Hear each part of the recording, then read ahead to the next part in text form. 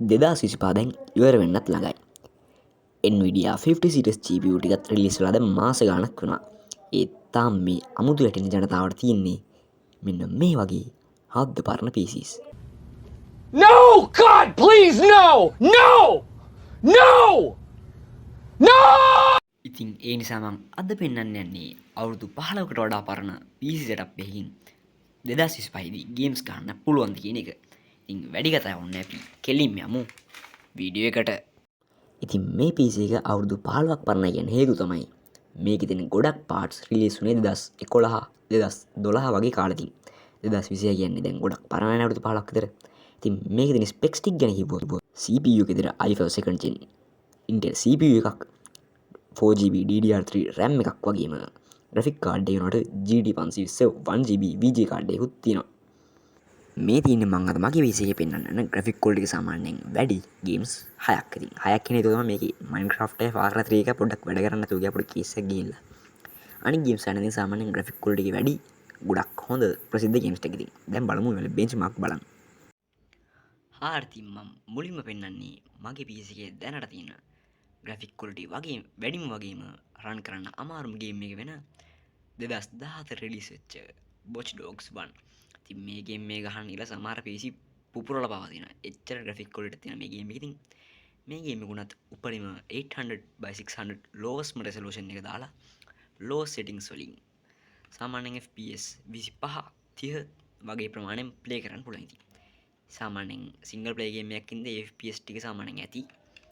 ඉතින් මේක GTA 5 වලට ගොඩක් සමාන. ඉතින් ගහලා නැත්නම් ගහලා බලන එක මම රෙකමන්ඩ් කරනවා. ඉතින් මේ ගේම් එකත් මගේ PC එකේ shape එක ගහ ගන්න පුළුවන්.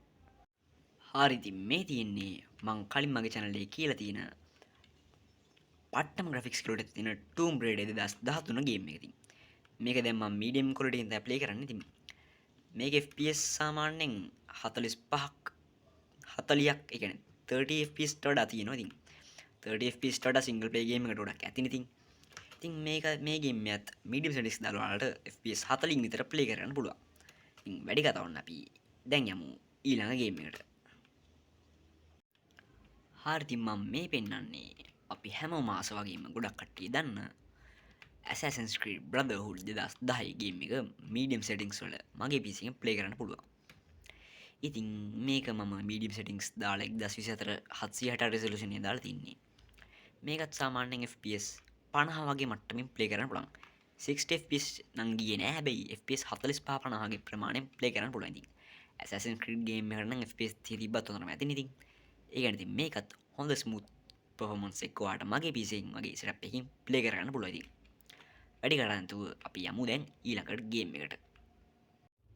හරි ඉතින් මම ඊළඟට පෙන්නන්නේ මේ අපි ලොකු කුඩ හැමෝම දන්න Call of Duty Modern Warfare 2009 2 එක. ඉතින් Call of Duty Modern Warfare 2 2009. ඉතින් මේක උනත් පට්ටම ඩිමාන්ඩින් වගේ ගොඩක් කට්ටිය ආස ගේම් එකක්. ඉතින් මේ ගේම් එක උනත් මගේ setup එකේ FPS 60ක් 50ක් වගේ ප්‍රමාණයකින් low settings දාලා play කරන්න පුළුවන්. ඉතින් Call of Duty ගැන හැමෝම කැමතියි. ඉතින් ඔයාලත් Call of Duty ගහන්න ඕන නම් මේ වගේ setup එකක් තිබ්බම හොඳටම ඇති. හරි ඉතින් මම මේ පෙන්නන 2007 රිලීස් වෙච්ච පට්ටම graphics quality එකක් තියෙන Crysis 1 එකත් මගේ setup එකේ FPS 60කින් විතර low settings මේ medium settings වල උනත් play කරන්න පුළුවන්. ඉතින් 2007 වලට තාම උනත් පට්ටම graphics quality තියෙන මේ Crysis එක ඉතින් ගහන්න පුළුවන් කියන්නයි. PC හොඳයි කියන එක ඉතින්.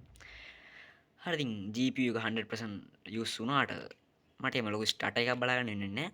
සාමාන්‍ය හොඳ smooth experience එකක් ගන්න පුළුවන්. හරි එහෙනම් අපි අන්තිමට try කරලා බලන්නේ 2025 රිලීස් වෙච්ච සුපිරිම ගේම් එකක් වෙන Hollow Knight Silk Song ගැන. ඉතින් මේ Silk Song එක සාමාන්‍යයෙන් මට දැන් තේරෙන විදිහට FPS 50ක් 45ත් 60ක් වගේ අතර ගණක් තමයි යන්නේ. ඉතින් හොඳට play වෙන 2D game එක මේක. ඒත් ඉතින් හොඳට playable මේ Silk Song එක නේද? ඉතින් මේක 2D game එකක් වුණා ගොඩක් demanding ගොඩක් පරණ setups වල මේක ගන්න බෑ. ඉතින් සාමාන්‍ය මේ අවුරුදු 15ක් පරණත් මගේ setup එකෙන් මේක FPS 60කින් විතර ගොඩක් smooth experience එකක් අරගෙන play කරන්න පුළුවන්. ඉතින් ඒත් එක්කම ඔයාලට පැහැදිලි 2025 දී මගේ වගේ අවුරුදු 15ක් පරණ PC setup එකකින් සාමාන්‍ය 2014ට කලින් රිලීස් වෙච්ච games ගොඩක් play කරගන්න පුළුවන්.